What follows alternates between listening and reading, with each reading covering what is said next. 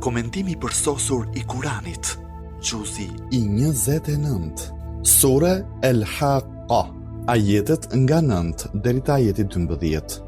وجاء فرعون ومن قبله والمؤتفكات بالخاطئة فعصوا رسول ربهم فأخذهم أخذة رابية إنا لما طغى الماء حملناكم في الجارية لنجعلها لكم تذكرة وتعيها أذن واعية.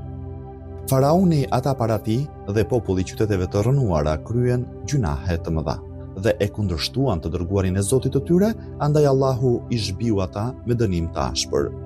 Kur vërshoi uji i madh, ne ju ngarkuam ju në anije për ta bërë atë një paralajmërim që ta dëgjojë çdo vesh i vëmendshëm. Komentimi: ku janë veshët që dëgjojnë? Pasi citohet e flitet pak për fisin e Adit dhe të Themundit, vinë popuj e fiset të tjera, sikurse është fisi i Nuhut, i Lutit, paqja e Allahut qoftë mbi të. Nëpërmjet tyre, njerëzit duhet të marrin mësim që të ngrihet morali.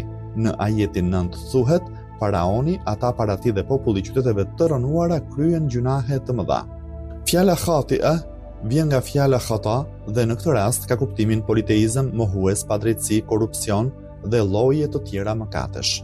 Fjala mu'tafikat është shumë si fjalës mutafaka dhe vjen nga rrënja e fjalës ittifaq dhe ka kuptimin revolucion apo përmbysje. Në këtë rast tregon për qytetet e fisit të Lutit, paqja e Zotit qoftë mbi të cilët u përmbytën nga tërmeti. Fjala min qablihi flet për popuj dhe fise që ishin para Faraonit, sikurse është populli Shuaibit, paqja e Zotit qoftë mbi të, si dhe për Nemrudin, një mburavec dhe rebel. Në ajetin 10 për ta thuhet: e kundërshtuan të dërguarin e Zotit të tyre, andaj Allahu i zhbiu ata me dënim të ashpër. Ata kundërshtuan Zotin, prandaj ai dënoi.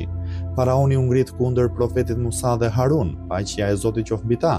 Banorët e qyteteve të Sodomit u ngritën kundër profetit Lut, paqja e Zotit qoftë mbi të.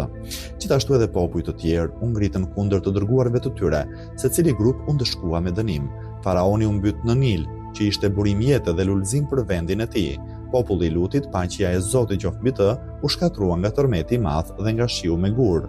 Fjalët rabja dhe raba vijnë nga një rrënjë dhe kanë kuptimin shtim. Në këtë rast ka për qëllim dënimin që është shumë i vështirë dhe i padurueshëm. Komentimi i ngjarjes së popullit të Faraonit dhe të profetit Lut, paqja e Zotit qoftë mbi të, ka ardhur edhe në shumë sure të tjera të Kuranit. Më e njohura është nga ajeti 10 deri te ajeti 68 i surës Ash-Shuara. Tashmë do të flasim pak për fatin e popullit të profetit Nuh, paqja e Zotit qoftë mbi të, dhe dënimet e dhimbshme të tyre. Kur vërshoi uji i madh, ne ju ngarkuam ju në anije. Përmbytja e ujit ishte e tmerrshme. Në qiell u ngritën re të errëta dhe nisi të bjerë aq shumë shi, saqë dukej sikur përmbytja po vërshon nga qielli. Në tokë gëlonin pellgje të mëdha.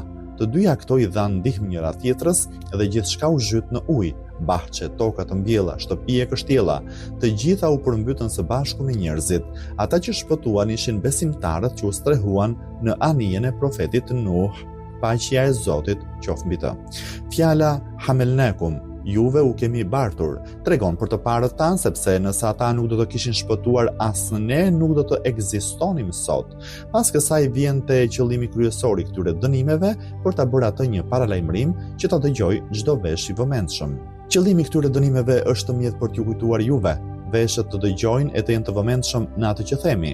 Kur nuk deshëm të hakmeremi ndaj tyre, por qëllimi ishte edukimi i njerëzit, udhëzimi i tyre në përsosmëri, udhëzimi dhe shpjegimi i rrugës së pëlqyeshme. Fjala ta'iha vjen nga rrënja e fjalës wa'i. Raghibi në veprën Mufradat dhe Ibn Manzuri në librin Lisanul Arab thonë se kjo fjalë në origjinal ka kuptimin ruajtje e një gjëje në zemër. Më pas çdo ene i thon wa'i sepse ena mbart gjëra brenda saj. Sipas një interpretimi tjetër, ndonjëherë njeriu dëgjon ndonjë gjë, por atë e haron, e nxjerr nga vetja, apo sipas thënieve popullore, me një vesh i hyn e me tjetrin i del. Ka nga ata që e mendojnë atë që u thuhet dhe e vënë në zemër, duke e ruajtur atë si kandilin e udhëzimit. Ky pra është kuptimi i fjalës wa'i, ruajtje në zemër. Hulumtime, një tjetër virtyt nga virtytet e Imam Aliut, paqja e Zotit qoftë mbi të. Në shumë prej librave të njohur të Islamit, si dhe nga tefsiret dhe transmetimet e hadithit, thuhet se profeti ynë i nderuar, paqja e bekimi i Allahut qoftë mbi të dhe mbi familjen e tij, kur zbriti ajeti për ta bërë atë një paralajmërim, që ta dëgjoj çdo vesh i vëmendshëm. Kërkoj nga Allahu që t'i ruaj dhe t'i bëj veshat e Imam Aliut, paqja e Zotit qoftë mbi të, dëgjues të së vërtetës.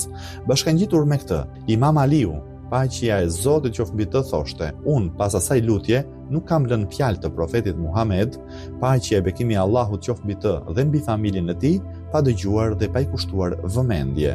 Çdo fjalë të tij e kam ruajtur në mendjen time."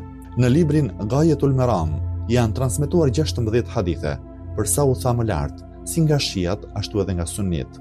Transmetuesi i madh i hadithit, Muhaddes Behrani, transmeton nga Muhammed ibn Abbasi në komentimin e Al-Burhan se për këtë gjë janë transmetuar 30 hadithe si nga persona të veçantë ashtu edhe të përgjithshëm.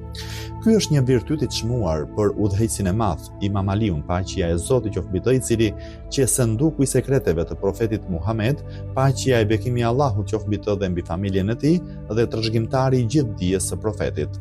Për këtë arsye, pas profetit Muhammed, paqja e bekimi i Allahut qoftë mbi të dhe mbi familjen e tij, ishte Imam Aliu, paqja e Zotit qoftë mbi të, ai që u jepte zgjidhje problemeve që haste shoqëria në çështjet e dijes. Edhe ata që ishin në një mendje me të dhe ata që e kundërshtonin, shkonin tek Imam Aliu, paqja e Zotit qoftë mbi të, për të zgjidhur problemet e tyre. Të gjitha këto janë shkruar në librat e historisë. Përshtatje midis mëkatit dhe ndëshkimit.